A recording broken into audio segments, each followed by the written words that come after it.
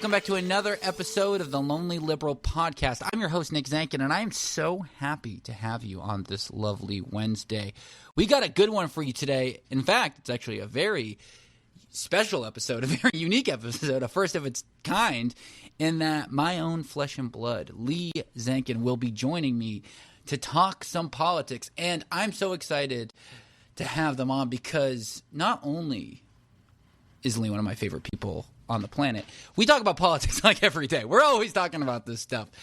And while not a political employee, or maybe not as like is in their life like it is mine, someone who is very, very close friends with a lot of the people that I'm often whining about. And that's people who say stuff like, oh, Kamala would have been just as bad. The Democrats are just as bad as Trump. Why even vote? And I think Lee has a better kind of grasp on this group than I do because, unfortunately, we all kind of create our own echo chambers. So I'm always not just curious, but interested in, I think it's important to have these conversations with people who think like that because the only way the Democratic Party, by the way, a Democratic Party that I have major problems with, hence why this podcast is called the Lonely Liberal Podcast, gets better is if everyone who kind of sees themselves on the left at least has some sort of common thread, a common story. And the Democrats, largely due to their inability to speak out on some key issues like Gaza and, you know, how they handle campaign financing and stuff like that, have really put themselves where most people who are left-leaning at least will agree that they're better than the MAGA folks, but it's still not enough to get them to go out and vote. So it's a great conversation. Lee's amazing. I'm so excited that we got to do this, and I hope we do it again. So here you go. Take a listen. See ya. Alrighty, we are with a very special guest, I think, you know, the first of its time. My sibling, you can maybe tell from our face, the wonderful, the powerful. How do you like being called powerful?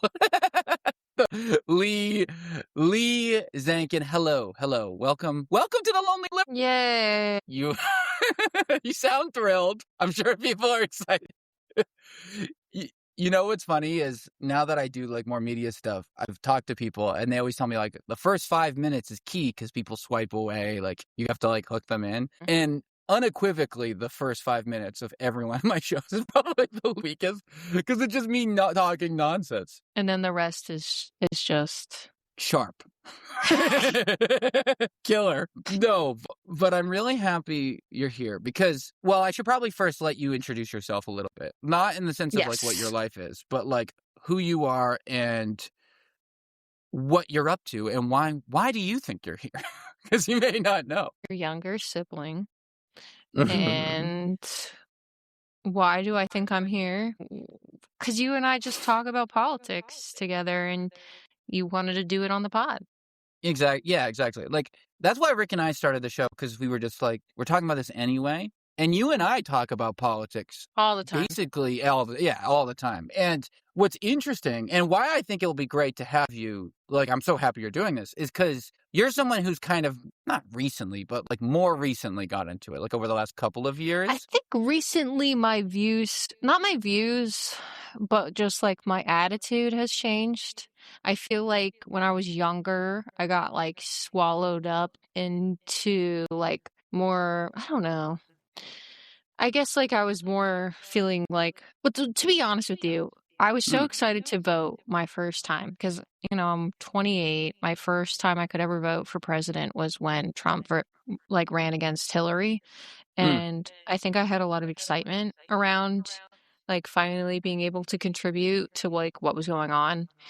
And seeing her lose, I think put me in sort of like, I don't know, I just felt like powerless, I guess, in a little, or like voting didn't matter. And I kind of leaned into that, like, and I was more focused on like, what can we do like in our immediate community, which I don't think is bad, but I think the feeling of voting doesn't actually matter, so why do it, is not helpful. Yeah, and it's one of those things that like really, I think there's a big gap of thinking between like millennials and Gen Z, because my first election was Obama versus Romney that I got to vote in. Yeah. And that one was super exciting, right? Like, you vote for Obama, it's so cool, like, he's so suave, and you're getting, like, worked, and it's, like, a good start. It felt like a move forward, you know? Exactly, like, sanity can prevail, you know what I mean? Whereas, like, the last 10 years have been brutal. like, Trump into COVID/Biden back into Trump is an absolutely historic run of terror for the U.S. and politics in general. Yeah, well, I know that millennial, like, moving forward progressive mindset was so popular for, like, such a short period of time and then immediately, like, crashed and burned. And I guess, like, my age range is sort of that, like, feeling of, ugh, we had it and then we lost it. And as soon as we entered into the playing field, it was totally a switch up, even though maybe it wasn't as much of a switch up as it felt like. But I mean, no, it's true. And I feel like this election, similarly, I've been in politics for a long, long time, but, like, in terms of, like, I feel like once this Kamala lost, right, and Trump won, I feel like you and me both, this is what really kickstarted, like, us talking almost, like, every day about it. Like, it was just, like, really fired both of us up, in a way. Yeah. What do you think, like, made you feel more fired up about that than compared to, like, Trump losing versus Biden, or the first time around? Just age, or, like, what do you think? Well, I think I voted for Hillary, and that was obviously depressing when she lost for, like, a young, like, Democrat. And then in the world. when he ran again, and when he ran again, I feel like there was sort of a comfort feeling. I didn't vote when it was Biden versus Trump because I think I was so checked out, like, in my own personal life, but also I was like, fuck this shit. And then, I also there was that feeling of, like, of course Trump isn't going to win again. Yeah. But when Biden ran again and it was so clear he wasn't going to win because he was just, like, mentally deteriorating, and, like, there was that, like, I don't know. I don't think Trump's base has stayed the same from when he first ran and then his third campaign for president. I think there was a significant, not, like, completely, but I do think MAGA changed because of COVID. Big time. They got a lot darker. They are a lot more sinister. He's a lot more unhinged, which seems unbelievable. But he's the even people crazier behind than him, ever. Yeah, his crew. Yeah. Because even the people who he first had in his administration, that first presidency, I mean, a decent amount of them came out and were like, we would never back Trump again. They came out in support of Kamala. Well, the more traditional conservative, right? Dick Cheney. Well, his entire cabinet basically said, I would never. Everyone who worked with him the first time was like, no. My favorite example of that is his first pick for Secretary of State, Rex Tillerson, who was the former CEO of Exxon. He quit like a few months in and said, dude, that guy's nuts. Which, if the CEO of Exxon says you're evil, I mean, it's a bad look. Because that guy... I think it's just hard to work with him unless you're like an ass kisser. And he's a dick. Like, he's not nice. Yeah. He's, like, famously not a friendly guy. Yeah. And I think that's why he picked who he picked for this run, because he just picked a bunch of yes men who would do whatever he said and always praise him, because he couldn't handle anyone who would actually try and do their job legitimately because they couldn't get in his way. And I also think the powers that be, the people like in Heritage and stuff, they were able to understand who they had and how to, like, manipulate him better versus the first time where no one thought he'd win. I mean, no one thought he would win. Yeah. No one was prepared for, like, what a Donald Trump presidency. Oh, yeah. I mean, not only did they not think he'd win president, they didn't even think he'd win the candidacy. Like, it was Jeb Bush, it was Marco Rubio. People were like, no one. I was just talking, like, just a couple hours earlier about this because I was saying to my friend, like, no one thought he'd win. And they were like, oh, well, the power of having a lot of money. But I definitely think obviously having, like, the amount of money he does have helped him, but I think he's just literally so popular. He was, at least, with his base at the time. Well, It's something Rick and I talk about on the show sometimes, but he was able to pull off the billionaire populist of I'm so rich, I don't need campaign financing, donating from like PACs and stuff. And he was killing Hillary on that, on the debates. Yeah. Like, and people hate the government. And he somehow was able to be like, I'm not the government. Yeah. He splintered people's it's also what I was talking about earlier is that like, there are some people who like want a progressive Democratic candidate, but they're okay with somebody who doesn't have strong values. And I'm like, I don't think somebody like that exists, but yet they're willing to believe it because you could see it with Trump. Like, Trump was literally everything that these people who voted for him hated, but he said, I'll just be evil for you. Like, everybody's like, he's a bad guy, but at least he'll like do right for our country, without thinking, how could somebody so evil and so nasty and who's a bad person then turn around and be your hero and save the country? You know what I mean? Like, it doesn't make sense. For sure. I mean, it's like when you're dating someone and they go, yeah, I lie to everyone, but I won't lie to you. Literally. But they all bought it.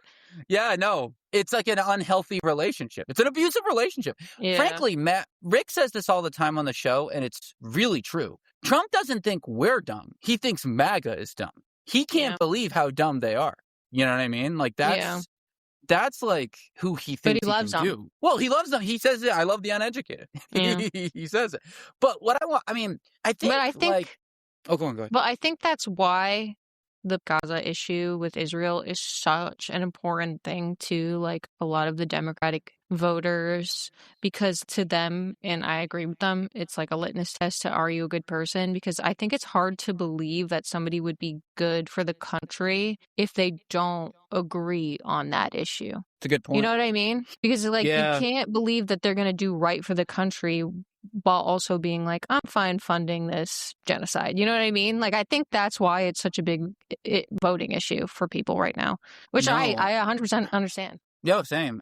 It is interesting to think. Someone I was talking to in person said this the other day, where they were like, if Trump was the leader of Israel, how much would it even be worse? And probably. I mean, like, because Netanyahu's this maniac war criminal, but like, what would happen if the U.S. was getting funded completely by another country, or the U.S. was in a war zone where they're like actually getting attacked? I don't know though, because Trump's like kind of a coward. So yeah, but it's a good thing he was a coward in some ways. He probably wouldn't even be doing all this like as much because he's so cowardly. He'd be scared. It's a good question.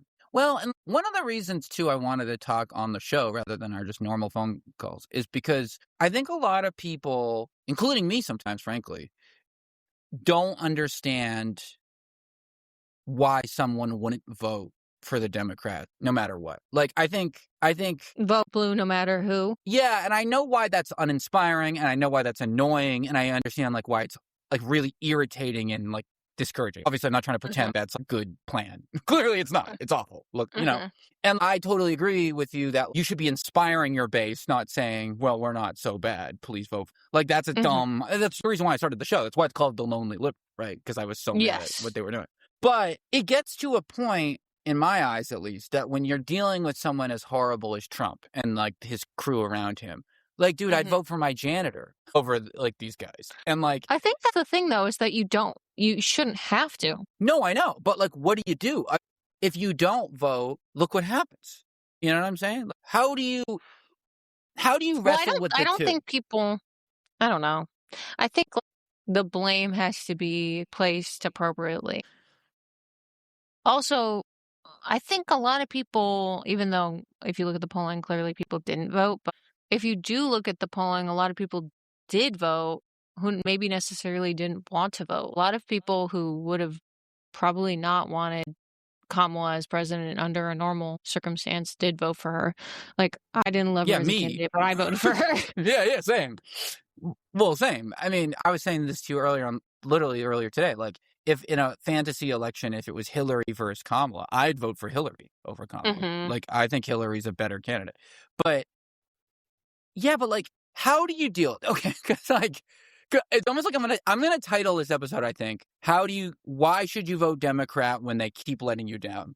You know what I mean? Like, kind of like, because that is the arc of it, right? Why vote for someone that fails you? Won't they learn? Like, how can I show them a lesson, right? If I like, so then people go vote for Jill Stein or whatever the hell. But I don't know. What do you think? I mean, because the consequence is awful. Look at the world right now. You know what I mean? Well, I do think it was pretty egregious to not vote. I mean, to me, I'm not going to lie. Obviously, I have frustrations with people who just chose not to vote or like protest voted, even though I don't even know if you can really consider, like, what is a protest vote? Is voting something against your own interests, like, really a protest? Like, I don't know. No. But I don't think so. I agree with you. I don't think so. I think it's dumb. I think it's just saying, win, beat me. It's kind of like a masochist But that's why I viewpoint. was saying to you the other day, I feel like at this point, if they still put up another failing candidate and people choose to vote third party, I almost feel like it's less offensive now because the floodgate was opened. I don't think and if anything, the people they are floating around are even worse. So I don't know. I understand why people are completely like losing hope, but I feel like they're not so much losing hope in like the Democratic Party altogether. I feel like they're losing hope in corporate Dems. Like I feel like people are tired of super PAC funded Democrats, which I'm totally fine with. Like I think the takeaway shouldn't be, oh, well, screw voting or like screw all Democrats. Because I do see a lot of people being like, well, Democrats are just as bad. People who I like, people who I think are sane are like, oh, they're just as bad.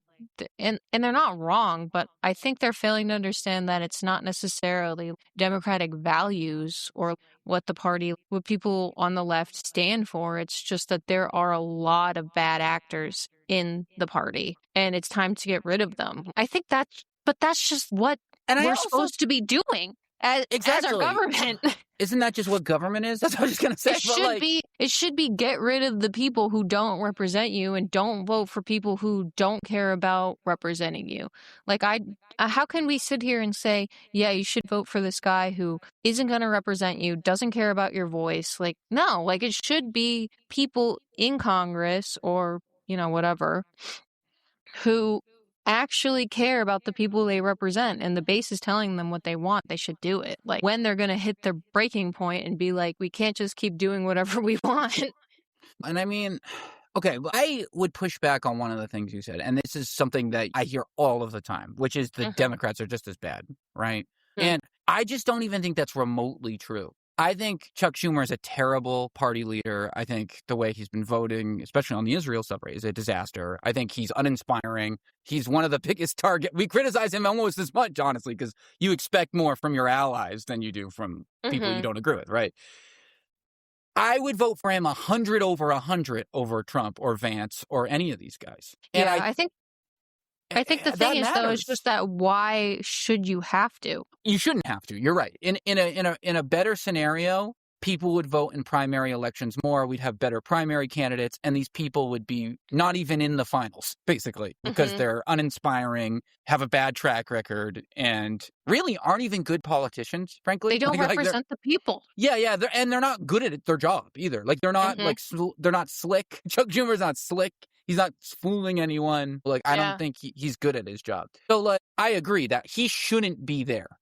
However, and this is where I think I argue with, I call it the apathetic left, but like people who check out, right? Is that like, it's a huge gap. Like, I think it's not lesser of two evils in the sense that like, it is lesser of two evils technically because they're both on the evil side.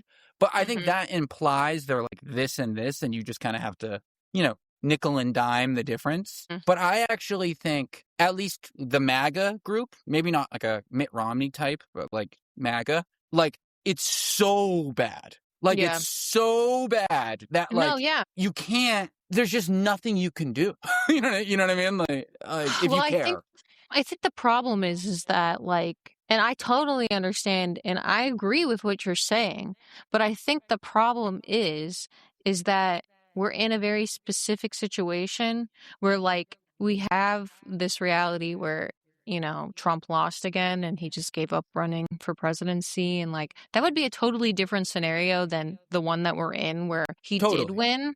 And I don't believe that the people who are getting floated for presidency would go in and just like completely rock the boat and change it up. So I don't blame people, especially now when we're so early in advance, to already be mentally preparing to settle for a candidate that honestly probably is going to lose.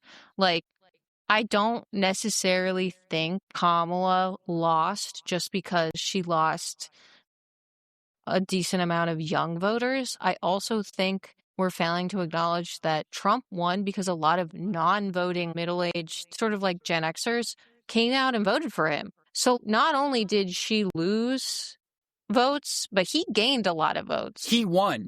He won. Yeah. She didn't lose. I agree with that. So like, it's not just that people didn't come out for her. People did come out for her. She's just a losing candidate. It's not what the people want. So at this point, it's like kind of redundant and stupid to be like, let's just keep trying this thing that clearly is not working. It's not enough to just say, well, at least I'm a little better. These people want more. So just do it. I have a question for you then. So I have friends that work as like political consultants in DC and stuff. The people who get a lot of shit from Bernie's, and I agree. You know what I mean? They're nice guys, but I think their advice could use some work. So one of the things that when I argue with them about this exact thing that you just said, they say, well, Biden won. Biden got the most votes of all time. Mm-hmm. And he effectively ran on the exact same platform that both Hillary did and Kamala did effectively. Mm-hmm. And he kind of smoked Trump. He beat Trump more than Trump beat Kamala. And that narrative isn't often talked about it. I mean, of course, the Republicans won't shut up. Oh, a mandate from the masses, blah, blah, blah. It's ridiculous. Like they won the popular. Election. Yeah. Well, they won the popular vote one time in 30 years and they act like they're like, like they stole the election.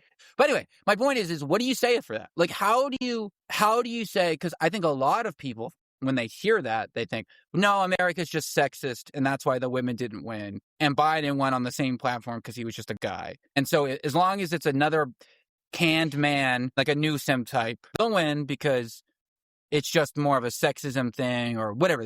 She didn't have enough time, blah, blah, blah, blah. There's there's all these things they didn't go enough podcasts that I want to hear all the time from these guys. I think it's true. I think, again, it was a very specific situation that helped Biden win. I mean, I think people, again, being in COVID and dealing with what was going on then shaped how people came out and voted. And I also think being associated with Obama still carried favorably at the time. So I think that sort of also put people in a position to vote. But yeah, I think overall it's a failing campaign to just say, at least I'm not Trump. Well, and that's the thing that like scares me and excites me about the midterms, right? Like in one ways, I would be tearing of joy if the Democrats kill in the Senate and House, right? They just sweep it up. Like that'd be amazing. It would be amazing. But, and this is a secondary problem to me, but it is one, Schumer will take a huge victory lap if that happens. He'll say, what did I tell you? My plan of doing nothing worked. Oh, no. He's already setting this up. He's already saying, check the ballot. And they probably will do well as long as Trump doesn't pass some stupid SAVE Act thing and try to meddle with things and whatnot like that. Mm-hmm. I don't know if they're going to learn because I agree with you, It almost feels like, and this is almost like counterintuitive, but like the Democrats will never get better unless the Republicans are better. You know what I mean? Like. Well, yes, but also I think that there's a change happening because I think, again, we're also at a very unique time period with information sharing. And I don't think people knew about super PACs. Yeah, it's true. I don't think they knew that this was happening. Like, people are really out of touch with what's going on. And now that this is coming out and people are starting to get more educated about the funding behind the politicians that are like supposedly representing them and where actually their allegiances lie, I think there's more of a demand for grassroots candidates who will put like people in front, put people first over like their corporate donors. And we're seeing it. Like we're They're seeing popping up. they're coming out.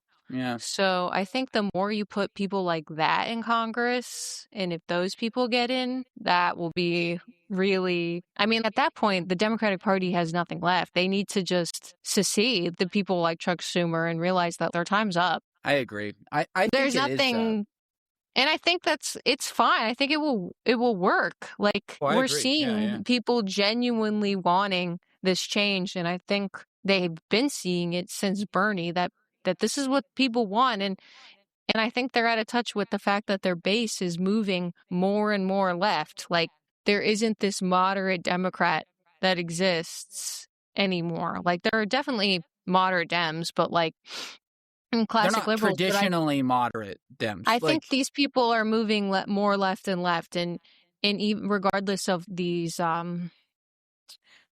freaking culture war or whatever hot like social topics, culture like, wedge issues or whatever. Yeah. I think most of these are not voting issues, especially for Democratic voters.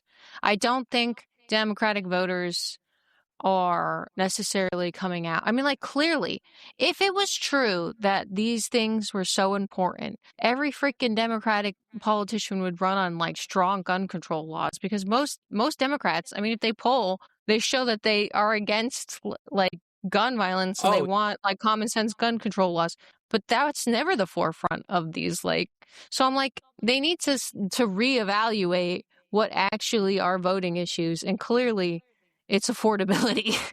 Yeah. They need a candidate to actually listen to what people want. They don't even have to come out there and be like, making out with a guy and freaking doing whatever. No, it doesn't have to be some drag. Yeah, exactly. No. Yeah, literally, I know. all they have to do is say, I support human rights. I believe in universal health care. Have a plan. Have a real plan. It's clear that this is what people want. I think even the right at this point wants a lot of similar things. Well, dude, that's why they like Tucker Carlson now. He's at least saying something. He's a maniac, but he's saying something coherent. He's saying what the base wants, and it's like, dude, why can't the Democrats do this? Hello? It's right there. I think that's why it's so frustrating. Well, they made a big mistake in 2016, and they haven't been able to untie themselves. When they said, when it was Hillary versus Bernie, and a lot of the more corporate Democrat types said Bernie is a crazy leftist, when he's literally just a bog average progressive when you put him in Europe, just basic stuff. Healthcare, environmental stuff, health distribution, nothing crazy. What do you have left? If you can't go that left, which isn't that left, then you're kind of boxing yourself in the where you can only really be progressive on social issues, because you've boxed yourself out of any economic policy that would actually be progressive. Well, that's why I think vote blue no matter who is failing. Even if I like agree to an extent of like, yeah, of course I can't like in good conscience be like, sure, I'll vote. I won't vote at the face of fascism. But also at the same time, it feels like kind of fascism either way when you're sitting here and the party that's supposed to represent you is fully not. And almost turning around to you and saying, actually, we hate you and we think you're crazy and you're too radical. Like, I know. It's failing. It's not going to work. You can't look at your base and say, we don't want you and we don't represent you, but still vote for us. That's not going to work. No, you can't do that. And one of the things, that you and I talk about all the time, which is this idea that you can't.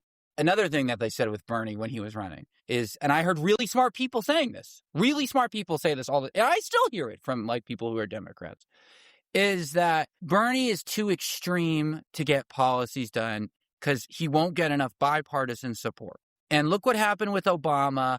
He had to do this, political massaging and song and dance.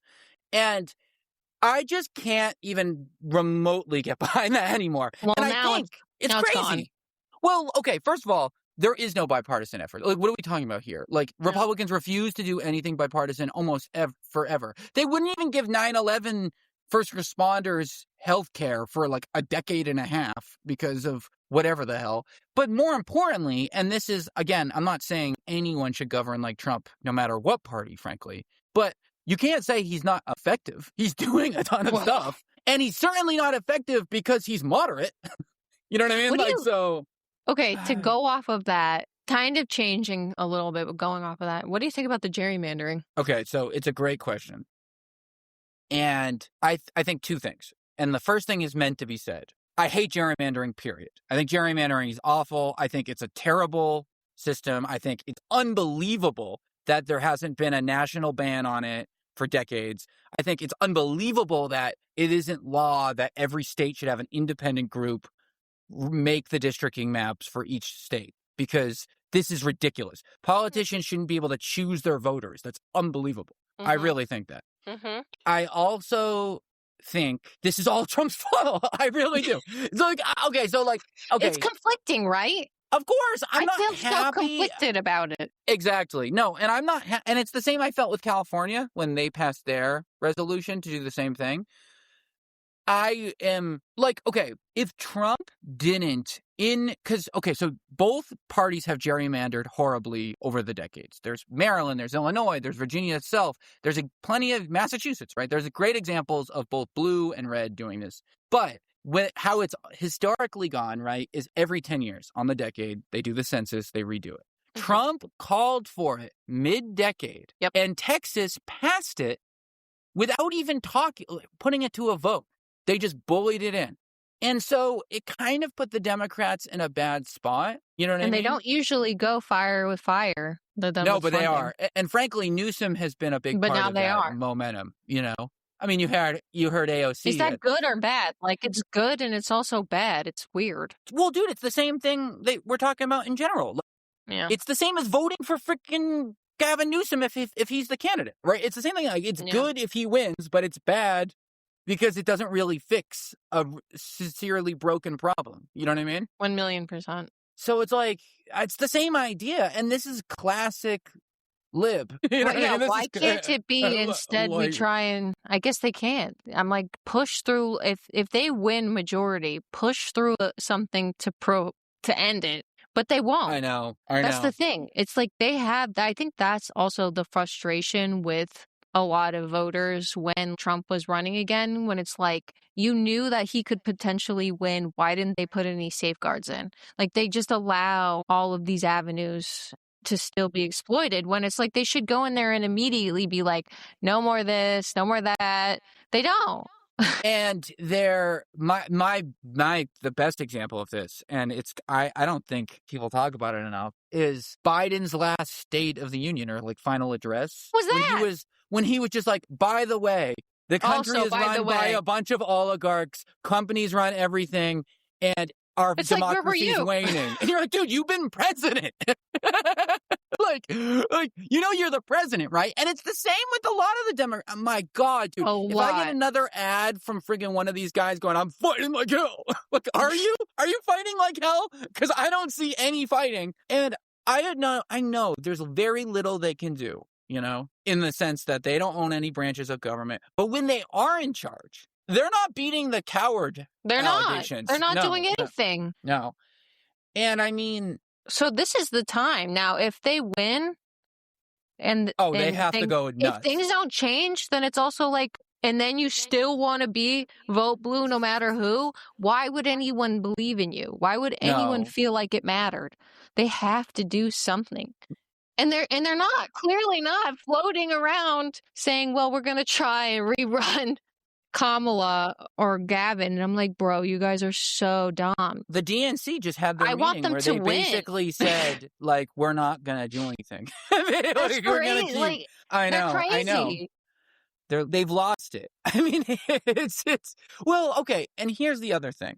And so one of my original something I whine about the people who don't vote or who are like bash the Democrats, I think a little too hard, in the sense that like they say they're both the same. I don't like the comparison. I don't mind they're not the same. I don't mind when people talk crap about the Democrats because they suck. You know what I mean? But I don't like when they go, it would have been the same with Kamala. Like, no, it wouldn't. No, it wouldn't have. No, it wouldn't. No, none of this would have happened. This is crazy to think that they're. And also, even if you think Netanyahu would have still went wild, Kamala is way easier to convince to go on your side than Trump is. Trump doesn't listen. You see, like, you don't even buy it. Like, I can tell it in your face. I don't know.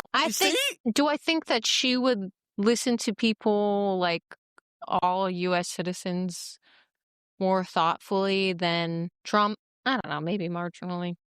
I don't know. That's the thing, though. That's the thing. Well, they're not loyal to actual people, though. They're loyal to... Yeah, but, like, it's true. It's true. But I do think, though, that... I don't know. It depends. We won't know. It didn't happen, so we'll never know. No, but we know that Biden, even though he was too weak on it, was still stronger than Trump. Even minorly. He was like, don't do that. Don't do that. I'd rather that. I don't know if I don't know. He's actively killing them.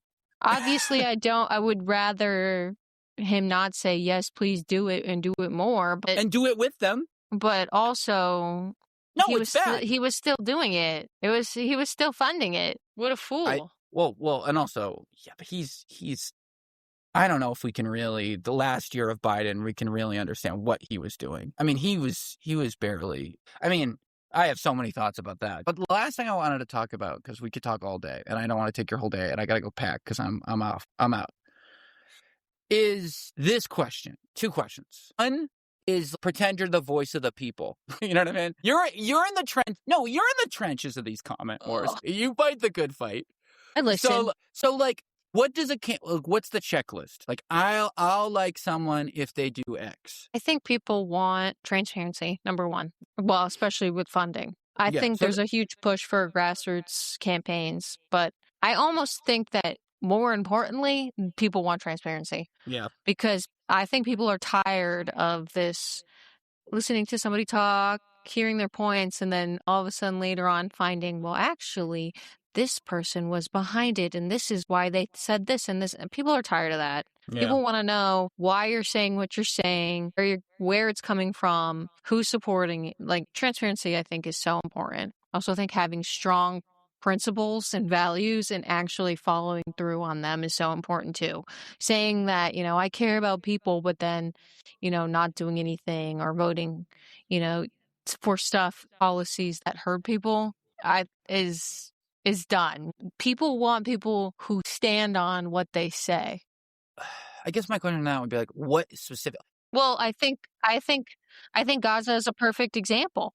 Saying you're a Democrat in that you're, the party of empathy or whatever. Empathy, humanitarian values, and then also turning around and saying, no, we can't cut funding for Israel. I mean, like, that's not standing on your values. It's just even if somebody truly believed that all of Gaza was Hamas and all of them were evil, to say that I'm okay with babies getting blown up, like, you can't. You can't. No. People want people who have strong values. Especially nowadays. Now, like 3 years later. I've fully admitted that, like, when Israel started their campaign, I was like, well, let's see, like, this won't go on. And then it kept going. You know what I mean? Like, I thought it would stop after a couple of weeks. Like, they're just kind of, I mean, my God, it's so, I had to eat a lot of sin for, like, not being, a lot of people, like you actually, like, smelled it right away. And I was like, okay, like, I was like, maybe this is just anti-Semitic. Like, we gotta, this is a complicated region. And then it became really uncomplicated. This one country started going nuts. You know what I mean? So like, it's true. I mean, people want strong values. Yeah, of course. They want strong values. They want people who actually follow through on what they say. And I think on top of that, they want somebody who listens to what people want. And these are all of the reasons why the Democratic Party is failing right now. They have no transparency. They don't stand on their values. And they don't listen to their base. I think that's literally the 3 things that would make a winning candidate at this point. So do you think, though, that, like, what would you say to, like, someone like Cory Booker who goes, look, we're the ones for unions. Republicans are against it. We're the ones for the environment. And then someone says, well, that might be true, but you get AIPAC money. I don't care. And he goes to the DNC, goes, that's dumb. Look at what you've done.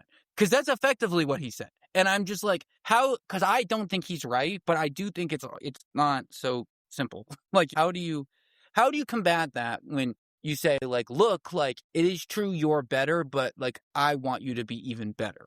Like, how do you articulate that in a way that doesn't sound, Well, because it's all like, just words. I mean, I I know. think if people don't actually see or feel your impact of the things you believe in, because you're not doing anything with them, then you don't stand on your values. If you're so pro, workers' rights, where the hell are the bills on our rights?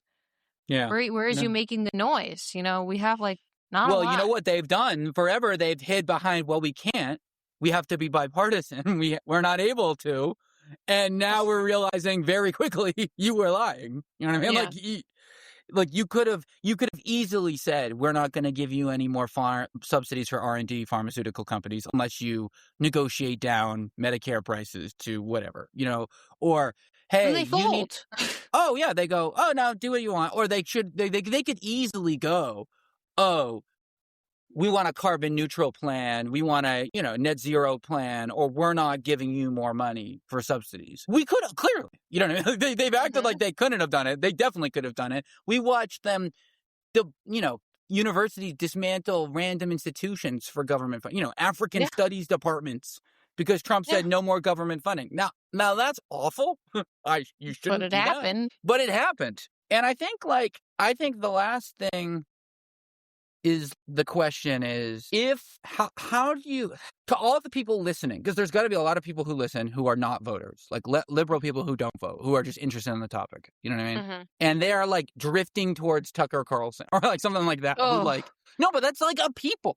No, I I know. worry- I know. I worry that like, this is my fear. My fear is they're going to run Newsom and Tucker Carlson will come in and he'll win. Or Tucker Carlson will be Kamala, or Tucker Carlson will be, Biden associated politician X, you know what I mean? Or He's a populist. whatever, because he can run on an anti-foreign aid thing. Now, I don't know if Tucker Carlson would say we should have even intervened in World War II. He's so like anti, which I think is crazy. I think I think he's just a populist. He's just giving people. Well, honestly, I have no idea what he actually believes. Well, he's because a snake. Yeah. He's really hard to read what he really believes. Well, he You lies get little so often. glimmers every now and again, but I think he's just trying to appeal to the most people as possible, and he's found a great way to do it. I also think he's probably an anti-Semite. I mean, especially Candace Owens. I think she's just an anti-Semite. Saying, like what I said earlier, is that you can't fall for people like this who are just pure grifters, because you look at their principles. They have nothing. How do because I really do think two things can be true. I really do think everyone should go vote. Like, if they care, they should go vote. They should. Well, do you feel optimistic at all? Do you feel like I feel kind of optimistic, actually. I don't feel sold, like I'm not holding my breath, but I feel better than I did 6 months ago. With Mom Donnie in his win, I definitely felt like that was a glimmer of hope, that here's somebody. I don't know the guy. I hate how people do this thing with politicians where they almost form like a pseudo, like, parasocial relationship with them. And they're like, Oh I my love God, this yeah. man. I have his picture on my wall. And I'm like, it's great that you love a person or whatever, but I don't feel like I have to literally love a candidate. I don't have to want them to be my best friend. I don't have to look up to them. I don't have to idolize them. But seeing somebody who is effective on what they say, they stand on what they believe, and they listen to the people that they're supposedly supposed to represent, that in the Democratic Party is inspiring. And to see more candidates start to pop up who are like him, who are starting to get a following and moving forward in their campaigns, I think that's inspiring. I think more of that is where we should go. Yeah, I like the way they've been talking lately, too. I feel like a lot of these newer candidates are a little bit more articulate.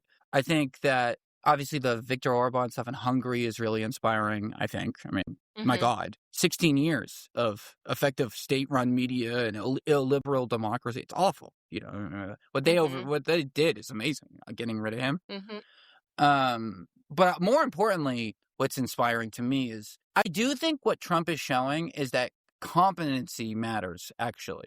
Like, yes. I think like, I think it's sad that morals and values don't matter more, but it's like, because it would be weird if Trump was like doing a good job, but still a scumbag. But like the economy was singing and there were no wars and like. But that's what I'm saying. It's not possible. It's not possible to have this candidate who's a horrible person but good at their job, because I think innately you have to be somewhat of a decent person to be good. Or at least be able to understand what people think is a good person. Like, you can't be a total, like, maniac. And I do think that is what gives me a little bit of hope. People like Obama better than they like Biden. Biden was technically more progressive than Obama, but people still look at Obama and are like, he was great, because I think he could emulate what people want and what people need. And that's very important for a leader. He was also more competent because he wasn't an aging saddle. Dude, he could talk. And then, okay, literally last thing. But, like, I think, I say this on the show, and I'm wondering if you agree, because we actually never talked about this. Like, I feel like when Biden and Trump had their first debate and Biden lost and looked awful and just did a terrible job, and they all said after, you're either with us or against us. It was a bad night. He's not going anywhere. I feel like that response almost like sealed it, no matter what. Like, if they were like, oh, shoot, he's bad, but there you don't believe your eyes logic, I think that really cemented, I think it offended a lot of people on both parties. Definitely. You know? And I think even if they had said, like, oh, you're right, you know, President Biden has realized, you know, he's taking a very honorable leave. You know, what an incredible thing he did. I actually think they would have won, or at least had a good shot. I really think that had a lasting impact on the way people view the Democrats. Well, definitely. I really do. I do too. I don't know if they would have won, but I think they maybe would have held more integrity, and that matters to people. And that matters to people. Yeah. At least they would, like you said, your first thing, transparent. It would at least be honest. Transparency, you know what I mean? So important. It would at least be honest. Yeah. It wouldn't be right that it even got that far, but it would be honest. And then you could start thinking, well, you know, the guy's not even there. Maybe that's why his foreign policy is so bad. Like, you know what I mean? Like, people would start rationalizing it. You know what I mean? That doesn't happen when he goes, I'm fine, you're all assholes. You know what I mean? Yeah. Like, that's bad. But anyway, let's get out of here. We took an hour of your day. Are you having fun? You having fun? Yeah, of course I had fun. Do you enjoy the pod? Are you coming back, or is this one and done? I'll come back. I'll be a recurring. I want Rick in here too. Oh yeah, we'll get him. He live from the caves of Afghanistan. He's always like the. Why is it Afghanistan? All right, we'll talk to you later, you goofball.